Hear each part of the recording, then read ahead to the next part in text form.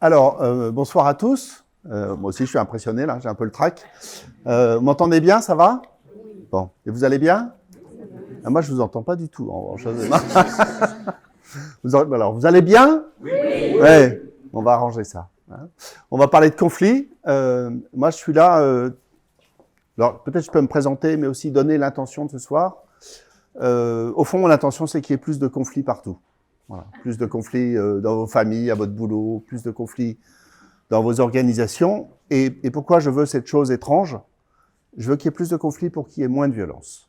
Je crois profondément, et c'est un peu le grand message que j'ai envie de faire passer ce soir, c'est que conflit et violence, c'est pas la même chose, et peut-être même c'est le contraire.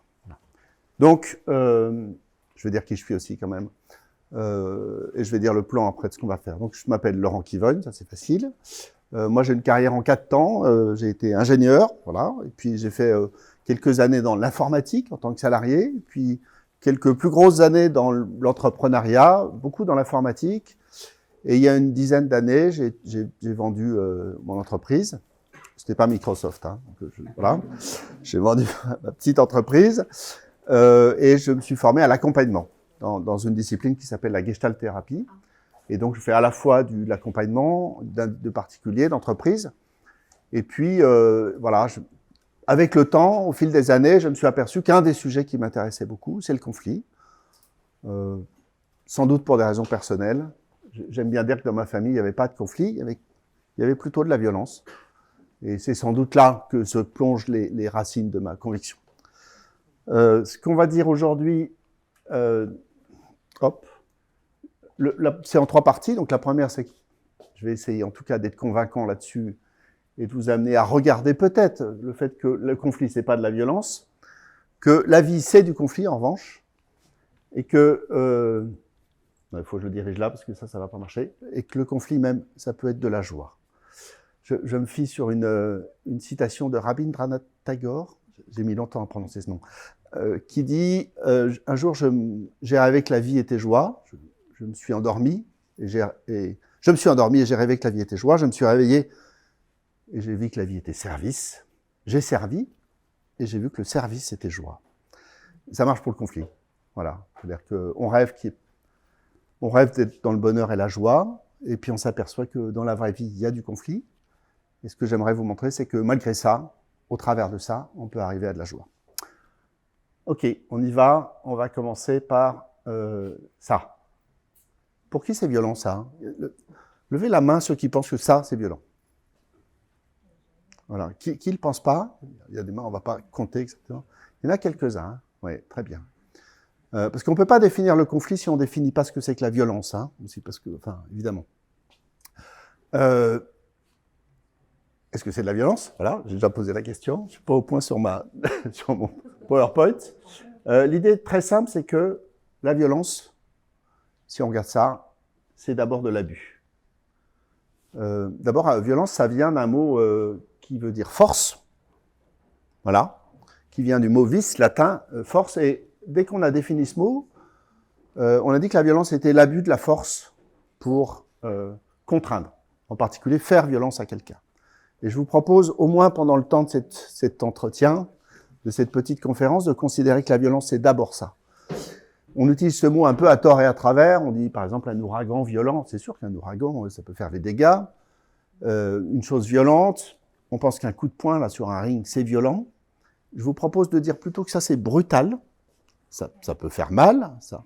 Mais que c'est pas de la violence au sens où la clé, c'est qu'il était d'accord pour être là. Le gars, il n'a pas signé pour se prendre une mandale, mais il était quand même d'accord. Et ça se passe dans des règles, dans un cadre. Donc la violence, c'est contraindre quelqu'un par la force. Évidemment, le cas presque emblématique de violence, c'est le viol.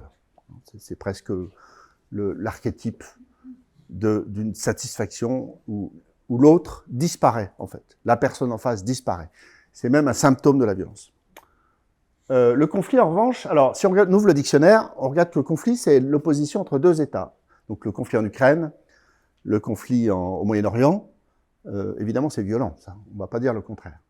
Et c'est vrai que moi je ne m'intéresse pas tellement à ça.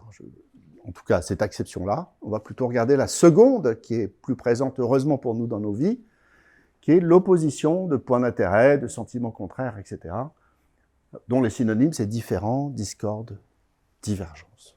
Donc je vous propose de regarder le conflit d'abord comme de ce point de vue-là, en oubliant, en mettant de côté plus exactement, en mettant de côté le conflit. Alors, je voudrais juste donner un petit exemple pour vous proposer une vision du conflit.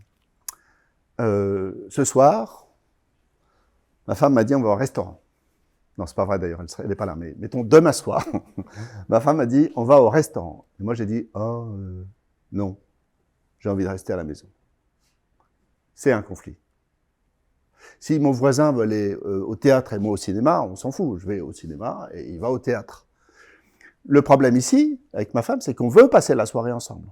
Enfin, j'espère, mais je crois, oui. Donc, elle veut aller au restaurant, moi je veux rester à la maison, ou l'inverse, hein, ce n'est qu'un exemple. Et la réalité, c'est que c'est non seulement un désaccord, mais qui nécessite un ajustement. C'est la définition que je vous propose ce soir.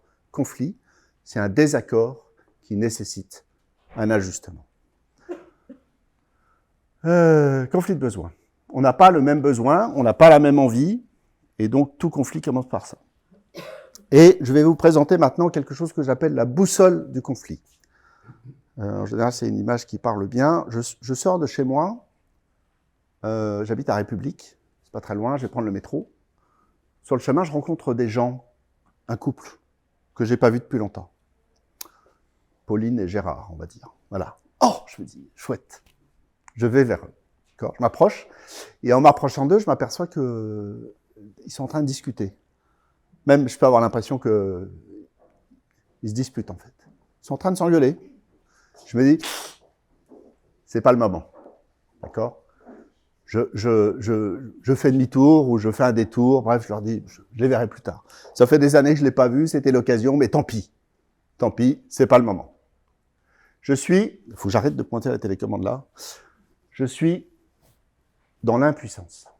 J'ai un désir, j'ai une envie, j'ai un besoin, et je suis obligé d'y renoncer. Ok ? À l'inverse, à l'autre bout du spectre, je pourrais me mettre ici, hein, pour illustrer ça, je peux me dire, ça fait rien. Je les ai pas vus depuis longtemps, ils vont être contents de me voir. J'y vais, voilà. Ah, salut, comment ça va ? Je leur tape sur l'épaule. Ils étaient vraiment en train de s'engueuler. J'arrive comme un chien dans un jeu de quilles. Ça se passe pas bien, en fait. Hein ? Qu'est-ce qui se passe, en fait ? Là, j'y suis allé sans tellement me soucier de la situation, et on peut dire que je suis dans la toute puissance. Alors, vous allez me dire, c'est un tout petit exemple, hein ? Mais moi, j'aime bien les tout petits exemples, parce que c'est comme ça qu'on les retrouve dans sa vie quotidienne. Et qu'est-ce que ça a en commun ? La toute puissance, là où j'y vais, sans me soucier de la situation, ou cet endroit où je me dis, retirons-nous gentiment, qu'est-ce que ça a en commun ? Ça a en commun qu'il n'y a pas de contact avec l'autre. Je le fais tout seul. Je décide tout seul, soit d'y aller, soit de ne pas y aller. Si je m'approche, alors évidemment il y a une voie un peu entre les deux, hein, mais ce qu'on peut dire, c'est que dès qu'on fait tout seul, c'est-à-dire que dès que l'autre n'existe pas dans le contact, alors il y a un risque de violence, même si c'est tout petit. La violence là, elle est plutôt évidemment dirigée contre moi. Je me fais violence, je fais violence à mon désir, à mon envie, à mon besoin, et là, je leur marche dessus, je ne me soucie pas d'eux. Et ça peut se retourner contre moi, comme dans l'exemple. Violence. Évidemment, il y a une voie intermédiaire que j'ai appelée de puissance, non pas au sens de la puissance, vous voyez, mais au sens de pouvoir mettre en action son envie, son besoin, son désir, et qu'on appelle dans la discipline que je pratique, qui s'appelle la Gestalt thérapie, qu'on appelle la saine agressivité. Alors, on voit bien la forme que ça peut prendre dans ce tout petit exemple. Hein. C'est juste s'approcher, dire salut, vous êtes occupé, c'est pas le moment. Mais c'est commencer à les déranger un peu, mais c'est commencer à tricoter du ensemble, tricoter du nous.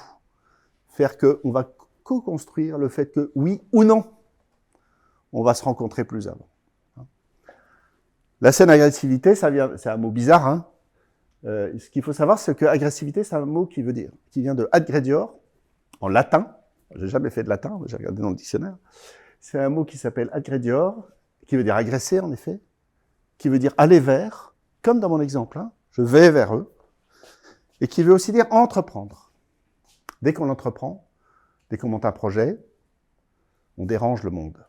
Si j'ouvre une boulangerie demain, là, côté d'ici, ça va ennuyer le boulanger qui est à 50 mètres. Hein. Il va pas être content. Mais je fais ça de façon légale, consentie. C'est comme ça. Je vais même un peu déranger les habitudes des clients qui vont pas prendre le même chemin, qui vont pas acheter leur pain au même endroit, qui vont... C'est pas des grands dérangements, c'est un peu. Hein. Donc c'est pour ça que dans le mot agresser, au fond, il y a quelque chose du côté de une échelle. Si je mange une pomme, j'agresse très fort la pomme. Hein. Donc il y a quelque chose du côté de... Nous sommes des êtres qui nous nourrissons du monde, et donc on a besoin d'aller déranger, d'aller agresser au sens le monde.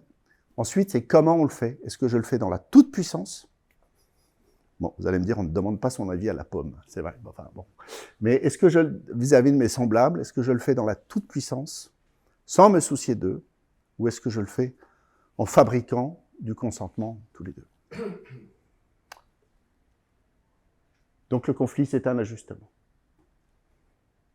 Je continue. Donc là, l'idée, c'était de dissocier, je ne sais pas si c'est clair, vous pourrez poser des questions ensuite.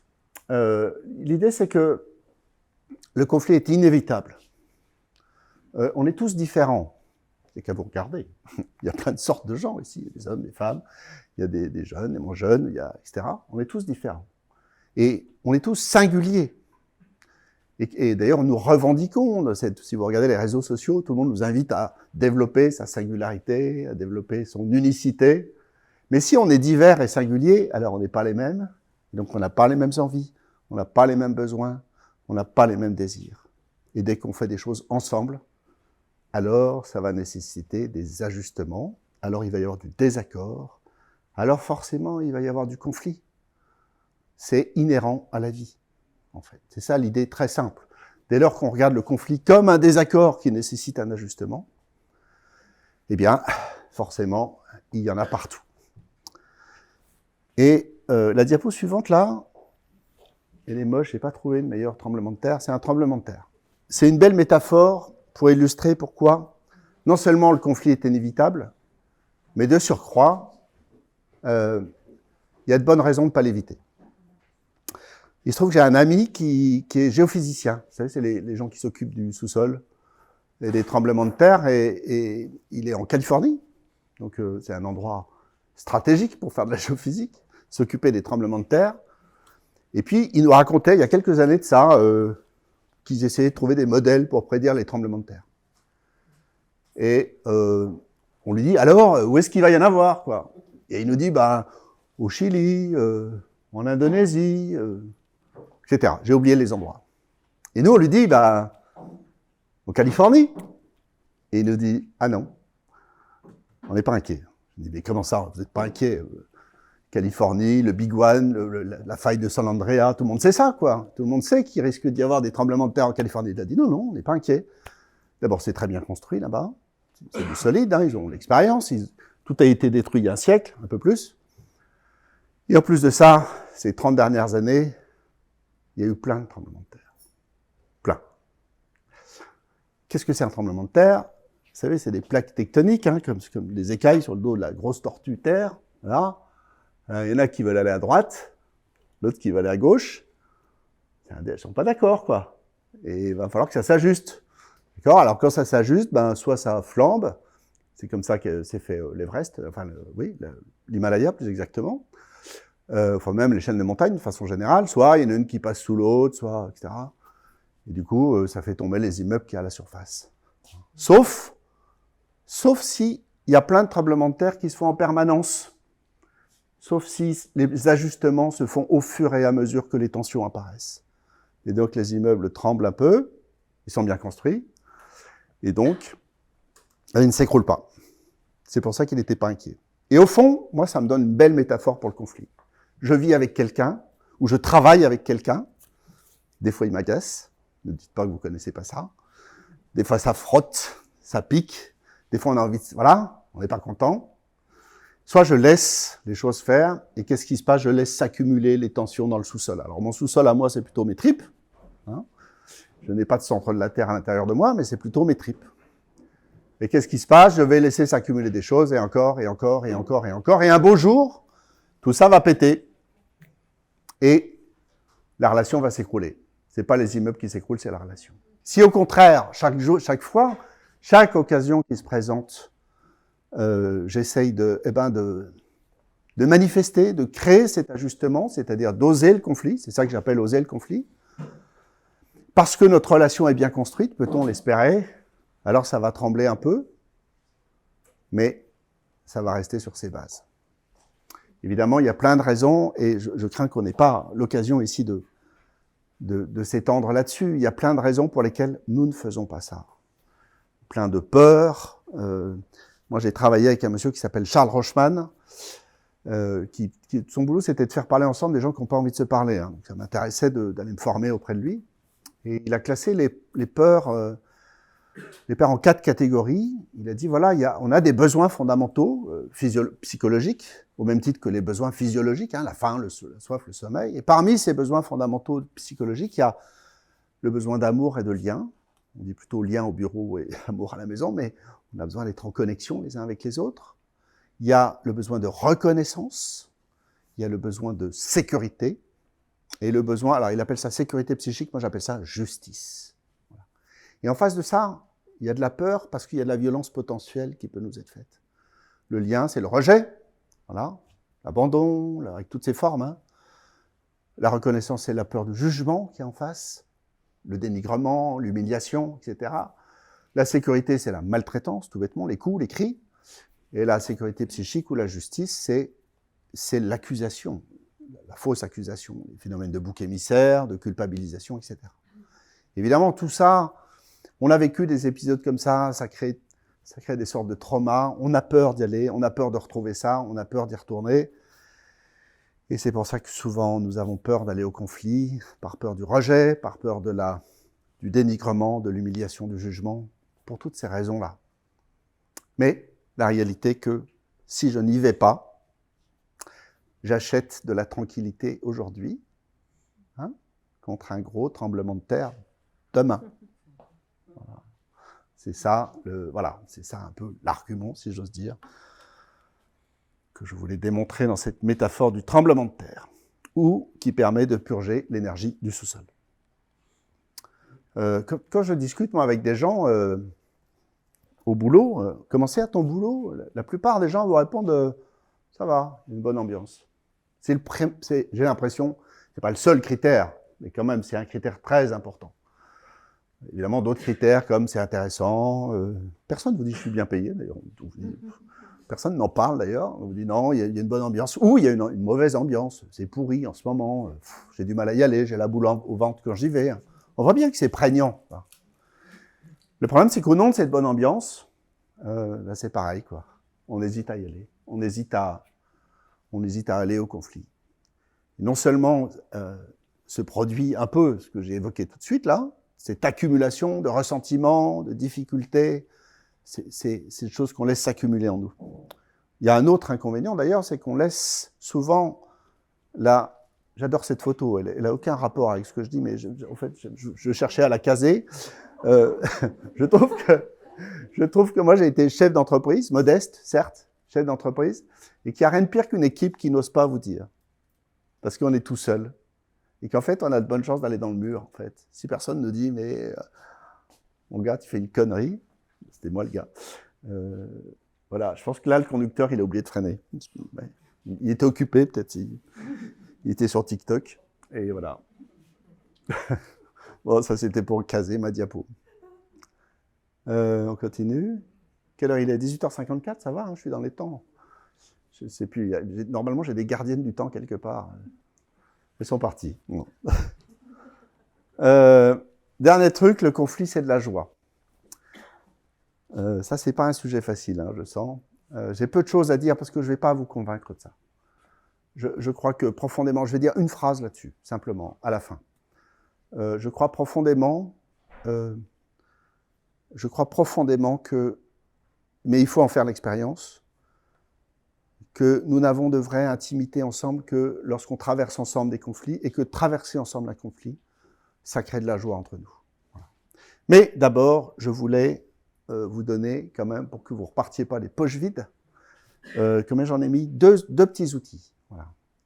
Si je vous les donne tous, vous n'achèterez pas le livre, donc ça va pas m'aller. Surtout, Catherine ne va pas être contente, là. Donc je vais vous donner 2 outils.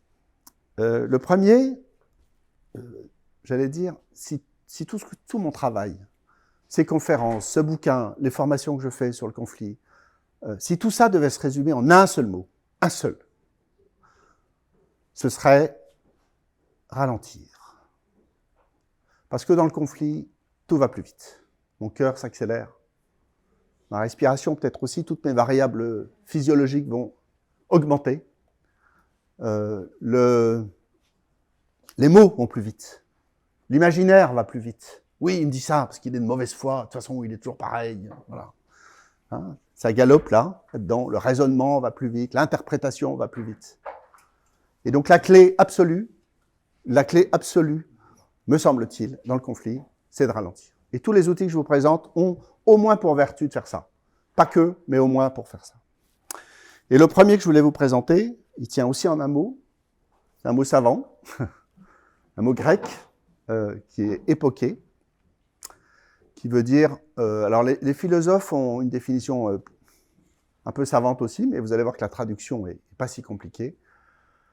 Ça veut dire suspension du jugement phénoménologique. Waouh.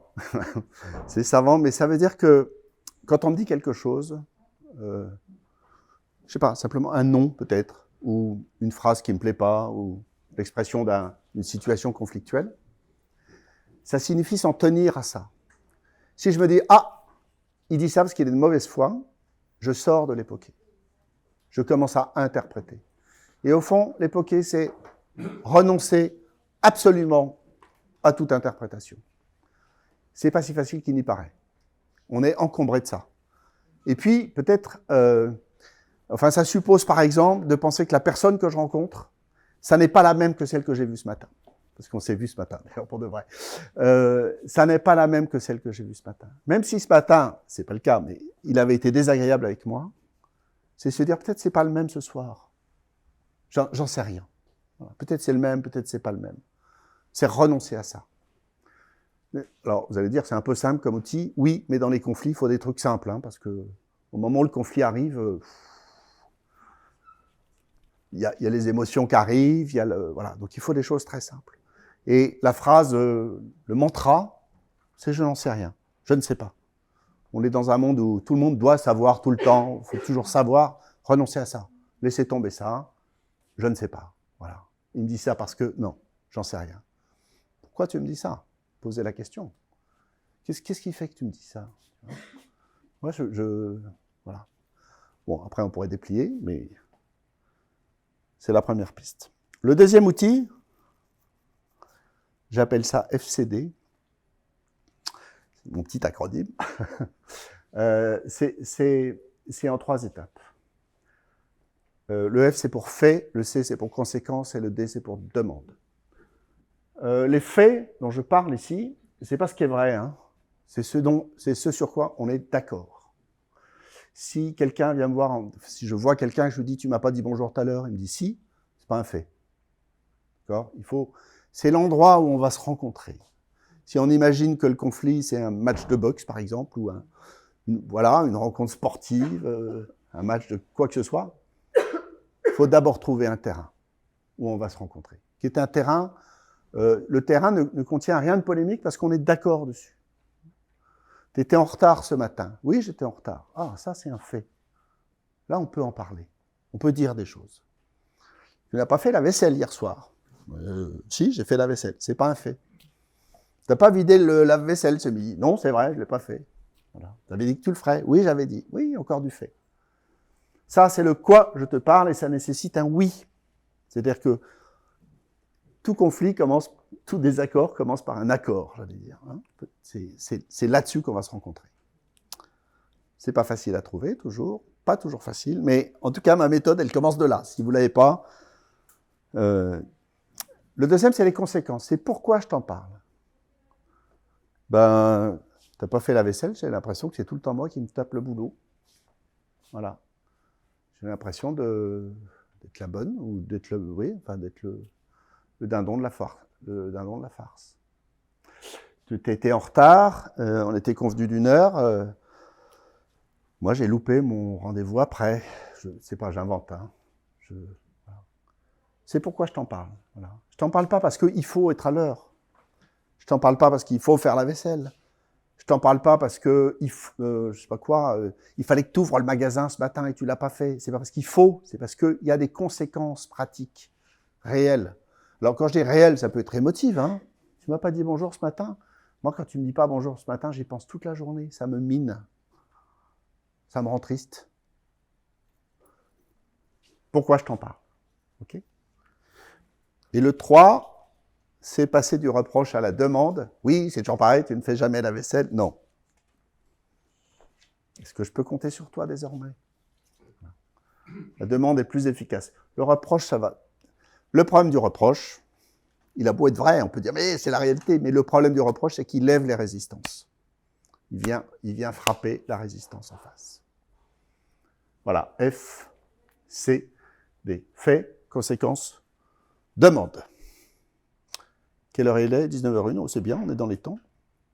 On va avoir du temps pour les questions, en fait. Je voulais revenir dans le flot de... Ils m'ont tellement stressé en me disant « Vous n'avez pas beaucoup de temps que j'ai essayé de réduire à mort. » Donc, si vous avez des questions, c'est bien. Je voulais revenir au conflit, c'est la joie, et compléter ce que j'ai commencé de dire d'ailleurs un peu. Si je vis avec quelqu'un, si je travaille avec quelqu'un, pendant des années en fait, sans conflit, alors que, de toute évidence, nous ne sommes pas les mêmes. Nous avons nos désirs propres, nos besoins propres, nous avons des vécus différents de la situation, nous avons des ajustements qui seraient nécessaires, mais que peut-être moi je vais taire pour être tranquille, pour avoir la paix. Alors, c'est comme si nous étions deux étrangers l'un avec l'autre. Et c'est pour ça que le conflit, c'est-à-dire la capacité à dire, hein, je n'ai pas dit la violence, justement. J'ai dit le conflit, la capacité à dire, la capacité à nommer, la capacité sans doute à défendre aussi votre besoin, vos envies, voilà, votre position. C'est d'abord le début du dévoilement et c'est le chemin vers une rencontre authentique. Sans conflit, pas de vraie rencontre. Voilà, c'est la phrase de la fin.